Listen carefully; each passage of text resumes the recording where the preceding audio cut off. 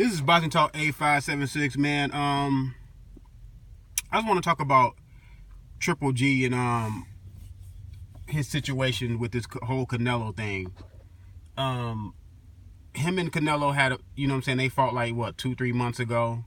I thought Triple G won the fight, man. I thought Triple G won the fight 8-4. I gave Canelo 4 rounds where I thought he clearly did some really good counter punching. And but I thought he lost the fight overall. I thought he lost the fight 8-4, man. The simple fact is, Golovkin stalked the man down most of the fight, You know what I'm saying? Made the fight. Canelo wasn't interested in really making the fight. He was trying to sit back and counterpunch.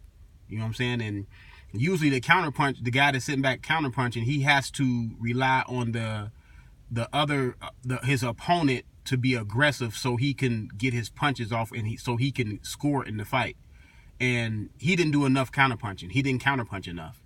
Golovkin did most of the leading all night. I believe Golovkin ended up landing the most punches and probably end up throwing the most punches.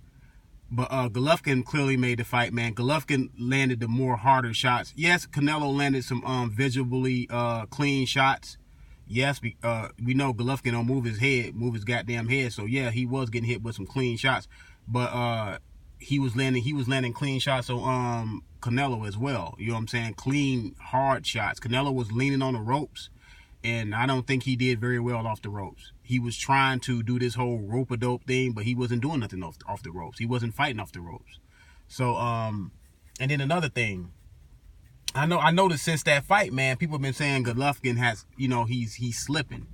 But I remember a time when people said Golovkin didn't fight anybody. You know what I'm saying? Golovkin fought Kell Brook, and people gave him flack for fighting Kell Brook, but Kell Brook is not the only welterweight that moved up to 160 and challenged a guy 160 pounds at 160 pounds. You know what I'm saying? Ray Leonard did it, fighting Hagler. Trinidad and De La Hoya did it, fighting Bernard Hopkins. Welterweights have moved up to 160, historically throughout the boxing history. Welterweight division is welterweight division and heavyweight division are the most popular divisions in boxing history, I believe. You know what I'm saying? Because the welterweights move up usually to fight the middleweights and give the middleweights prominence and give them stardom at their division. Middleweight is a prominent division. I'm not saying that, but I'm saying the most prominent divisions in my opinion are the welterweights and the heavyweights. But yeah, I remember people saying he didn't fight nobody. Then he ended up fighting Jacobs. He won that fight 8-4, and then he fought Canelo. And people say, well, he's overrated. So how is he overrated? At first you said he didn't fight anybody. Now since he fought people and the fights was competitive, he's overrated. But the three opponents that he fought, everybody agreed that they are really good opponents. You know what I'm saying? I understand that Kell Brook was small moving up, but like I just told you, you know what I'm saying, welterweights do that all the time. But then another thing, Jacobs, people say Jacobs is the second best middleweight. Some people say Jacobs is the best middleweight. Okay, he beat Jacobs. So how does that make him overrated? He beat the guy that you say is the best middleweight. He beat Canelo. A lot of people highly rank Canelo as a really good to great fighter. The only loss Canelo has on his record is Floyd Mayweather. And people will bring that up all the time. Oh man, Canelo's career is looking good. You know what I'm saying? Floyd Mayweather that win versus Canelo is looking good for Floyd Mayweather. Look at what Canelo's doing. So how can you say Triple G is slipping when he fight? Look, when two really good opponents fight, most likely it's a great fight. It's a competitive fight. They're good. They're good. They are good to great fighters. They're good to great fighters for a reason, because they are competitive in most of their fights. If you know what I'm saying, most of their fights they are competitive. So you can't on one hand say a guy hasn't fought anybody, then on the other hand, when he fights somebody who you think is somebody, say he's overrated or he's been exposed. People say he's been exposed against Jacobs, but you say Jacobs is a one of the top middleweights, if not the top middleweight in the division. How can he get exposed by a guy you say is a top middleweight.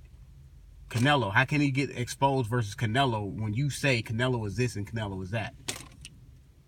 I mean, people are, you know what I'm saying? Some people just, the comprehension is not there. I know, hey, look, everybody don't have comprehension skills, man. Everybody don't have comprehension skills. So I understand, but I'm here to help you out. You can't say a guy is overrated when he fights somebody who you think is really, really good, 2 opponents, 3 opponents, and then you say he got exposed. Or then, you know what I'm saying? It's not feasible. It doesn't make sense. It doesn't make logical sense. This is what I taken from it. Canelo is a really good fighter. Canelo can handle himself. Canelo has proven over time that he can handle himself. He's been in the ring with Lord. He's been in the ring with Mayweather. You know what I'm saying? He's been in the ring with some prominent fighters, man. He's been in the ring, you know what I'm saying, with some guys that can handle themselves. He's been in the ring with Cotto. You know what I'm saying? Jacobs can handle himself. You know what I'm saying? Jacobs has shown over time that he got the punching power and the boxing skills to handle himself. So when when Golovkin faced him, if you was expecting Golovkin to blow them out, now I thought Golovkin will knock out both of them. He didn't. He ended up didn't knock out both of them. But I knew they were going to be. I knew they were going to be competitive fights. I thought he would get the, you know what I'm saying, a late stoppage. But even then, those guys are fighters that can handle themselves in the ring. You know what I'm saying? I mean, you can say you don't like Golovkin. You can say, hey, I don't like Golovkin. No matter what he does, he's not going to be good to me. Okay. But I understand how some people come to this conclusion because they say ESPN rated him one of the greatest 15 fighters in the last, 20 years or something like that. And, you know what I'm saying, people making videos saying, oh, he can be Hagler, he can be Hopkins. That's all opinionated. Those guys will never fight, but that's all opinionated. You know what I'm saying? I can say I think Hopkins will beat Triple G. I can say I think Hagler will beat Triple G. You know what I'm saying? I can say that, but that's opinionated. And then those fights will never happen. So all he can do is dominate or win in the era that he's in. In the era that he's in, he's the best middleweight of this era, period. Hands down. He's the best middleweight of this era. You know what I'm saying? I mean, now he got a chance to be undisputed. I would love for him to fight Billy Joe Saunders. That's the guy I would love to see him fight. Go over there to the UK and fight Billy Joe Saunders and be undisputed. That's the only thing left for him. Now, I don't think Oscar De La Hoya is finna take this Canelo rematch real soon. You know what I'm saying? Because what he's gonna hold out on and what he's gonna say is, we fought him already, and it was a draw. You know what I'm saying? I think De La Hoya is satisfied with that draw. I mean, I could be wrong, but I believe De La Hoya can have that as a selling point that we drew with Golovkin. We the only Canelo's the only fighter that was managed to get a draw with Golovkin, and we were his toughest fight. Which I don't think that was his toughest fight. I think Danny Jacobs was a tougher fight physically. I think Danny Jacobs was a tougher fight than a Canelo fight. You know what I'm saying? But I just think that De La Hoya is satisfied with that draw, man. And they probably, if they do fight, you know what I'm saying, De La Hoya, it might be like a year or 2 from now. You know what I'm saying?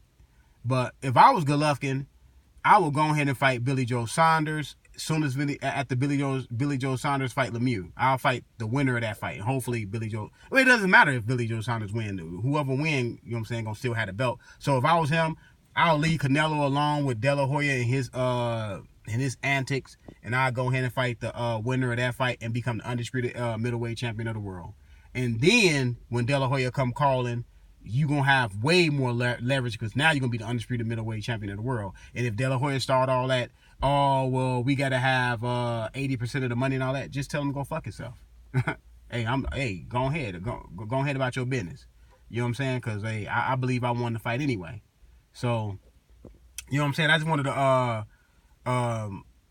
put that old, because I'm hearing a lot of videos about, hey, Golovkin has been exposed, he's overrated. People was arguing about, hey, he don't have nobody on his record. Even though he did beat David Lemieux for a title, People still say David Lemieux is a comparable fighter too, is in his own right. You know what I'm saying? David Lemieux has a 80-something% knockout ratio, 80, 90 is up there. I know that. But you know what I'm saying? People, he fought Gabe Rosado. Gabe Rosado is scrappy, man. Gabe Rosado come to fight. So you know what I'm saying, man. Golovkin is all right with me, man. Golovkin, you know what I'm saying, he did his thing. To me. You know what I'm saying? I mean, that's all I can say. You know what I'm saying? He did his thing. I thought he didn't fight Ward. You know what I'm saying? That's another video. But I thought he didn't fight Ward. I thought he should have fought Andre Ward at one point. But other than that, you know what I'm saying, the best middleweight of this era, right? The best middleweight of this era is Triple G, hands down, man. I mean, you can't argue about it. Man got 3 belts. You know what I'm saying? He got multiple title defenses. So, like I said, Triple G is the best middleweight of this era. This is Boxing Talk 8576. I'm out.